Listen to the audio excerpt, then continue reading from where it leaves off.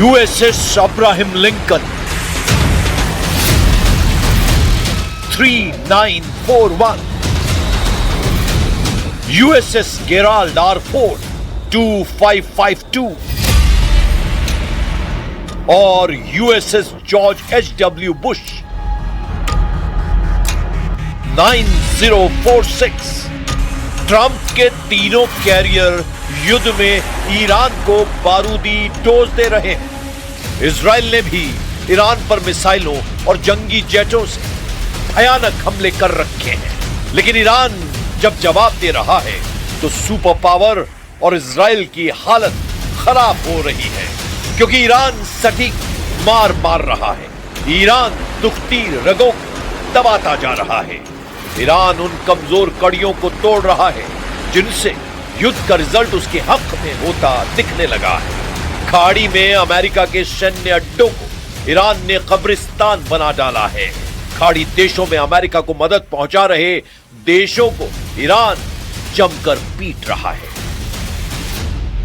Iran के target पर अब अमेरिका की वो कंपनियां हैं जिनकी दौलत से ये युद्ध चल रहा है।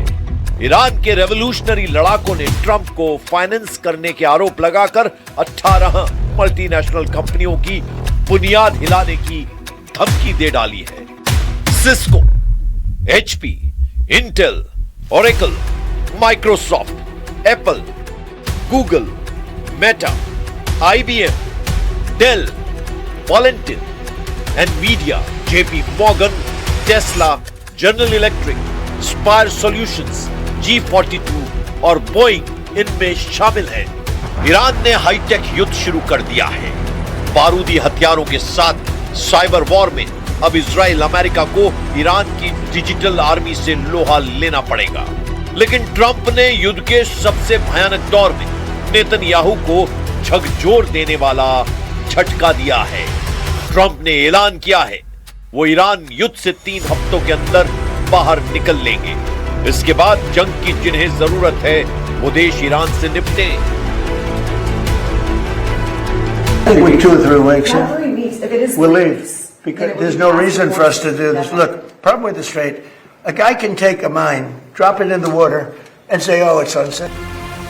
ईरान युद्ध का कंट्रोल ट्रंप के हाथ से फिसलने लगा है, इतनी तेजी से कि वो खुद अपनी कही बातों पर टिक नहीं पा रहे हैं।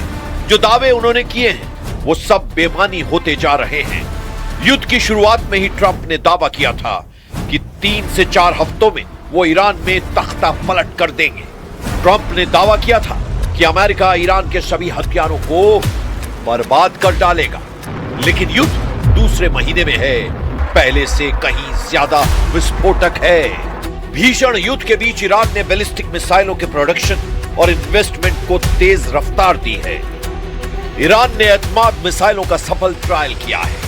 एतमाद मिसाइलों को डिफेंस सिस्टम को चकमा देकर सटीक हमलों के लिए जाना जाता है। एतमाद मिसाइलें डिफेंस सिस्टम के 3 इंटरसेप्ट्स चकमा देकर सटीक हमला करती हैं। ईरान ने स्ट्रेटेजिक जगहों पर बैलिस्टिक मिसाइलों का प्रोडक्शन और उन्हें अपग्रेड करना शुरू किया है। IRGC के एरोस्पेस ऑपरेशन के फुटेज से एतमाद मिसाइलों की जानकारी मिली है। मतलब यह है कि ईरान के मिसाइल गोदाम खाली नहीं हुए हैं। ईरान में इस्लामिक कट्टर सरकार बरकरार है। ईरान के नए सुप्रीम लीडर मुस्तफा खामनेई युद्ध में जीत की गारंटी दे रहे हैं। रेवोल्यूशनरी रॉकेट फोर्स ने दावा किया है कि 12 घंटों के भीतर 100 बड़ी मिसाइलों, 500 से ज्यादा अटैक ड्रोन और 200 से ज्यादा रॉकेट से दुश्मनों को दहलाया गया है, जिसमें बहरीन में US सेना के बेस और कुवैत में अल अदीरी बेस पर US हेलीकॉप्टर यूनिट को ड्रोन बमों से उड़ा दिया गया है। ईरान ने सबसे ज्यादा तबाही इजराइल में मचा रखी है, जहां उसे हिजबुल्लाह और हुती से पूरा समर्थन मिल रहा है। युद्ध में साथ दे रहे हिजबुल्लाह चीफ नईम कासिम की ईरान के सुप्रीम लीडर मुस्तफा खामनेई ने जमकर तारीफ की है, क्योंकि हिजबुल्लाह लड़ाकों ने गजा इजराइल के हथियार गोदाम को रॉकेट के हमलों से जला डाला है।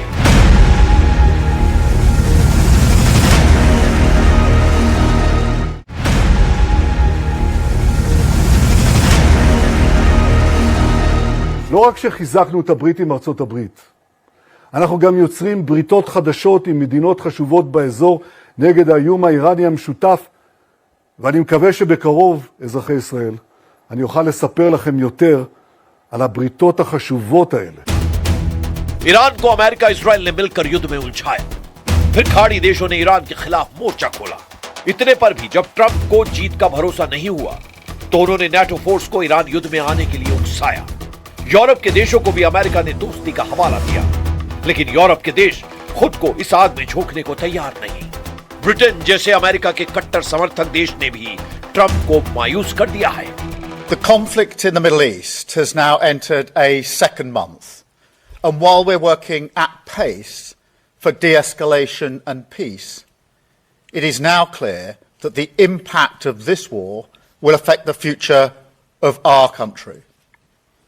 So today I want to reassure the British people that no matter how fierce this storm, we are well placed to weather it, and that we have a long-term plan to emerge from it a stronger and more secure nation.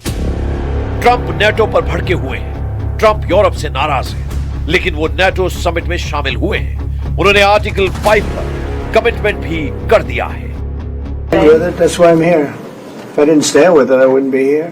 So you would defend countries even Well, if they what did don't I pay just out say? their fair Yes, share? of course. Why would I be here?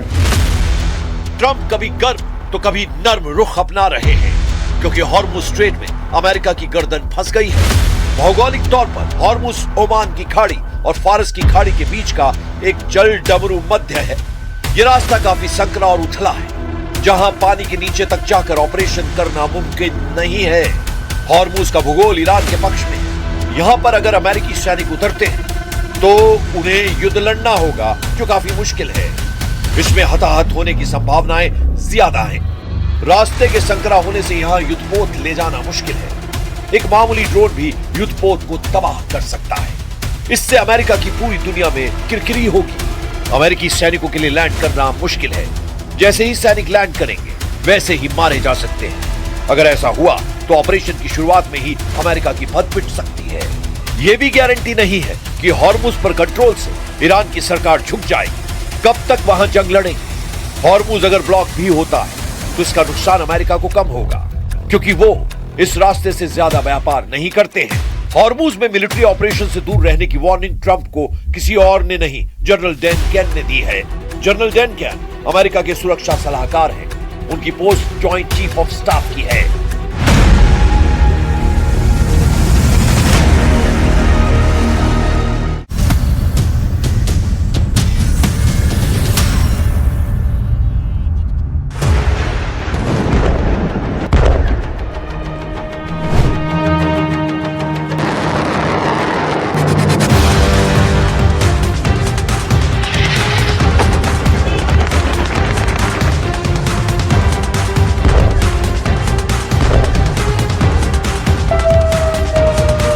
काले आसमान में तेजी से उभरती हुई रोशनी, ये कोई तारा नहीं, मिसाइल है।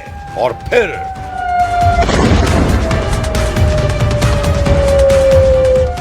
ये जॉर्जन का वो मिलिट्री बेस है जहां से अमेरिका की सेना ऑपरेट करती है।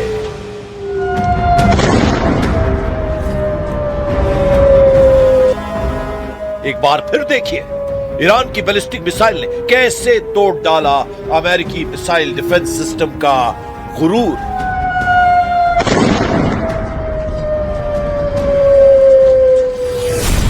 लेकिन ईरान कैसे तोड़ने जा रहा है? ट्रंप के ग्राउंड ऑपरेशन वाला चक्रव्यूह। ट्रंप के चक्रव्यूह में कौन फंसेगा और फंसाएगा, और काउंटर अटैक में क्या होने जा रहा है? ट्रंप के चक्रव्यूह में क्या ईरान घुटने टेकेगा या फिर ट्रंप की होगी करारी हार? ईरान में तख्ता पलट करने वाला इरादा अब हॉर्मुज की जकड़ खत्म करने का मकसद बन चुका है। 24 घंटे में युद्ध बहुत बदल गया है। ट्रंप और नेतन्याहू के चक्रव्यूह में क्या अब खुद अमेरिका और इजराइल फंसता हुआ नजर आ रहा है? लड़ाकू जहाज, जंगी बेड़े, बंकर बस्टर बम दिखाकर ट्रंप ईरान का नक्शा बदलना चाहते थे, लेकिन 1 महीने की जंग के बाद ईरान ने पश्चिम एशिया का मैप बदलने का इरादा कर लिया है।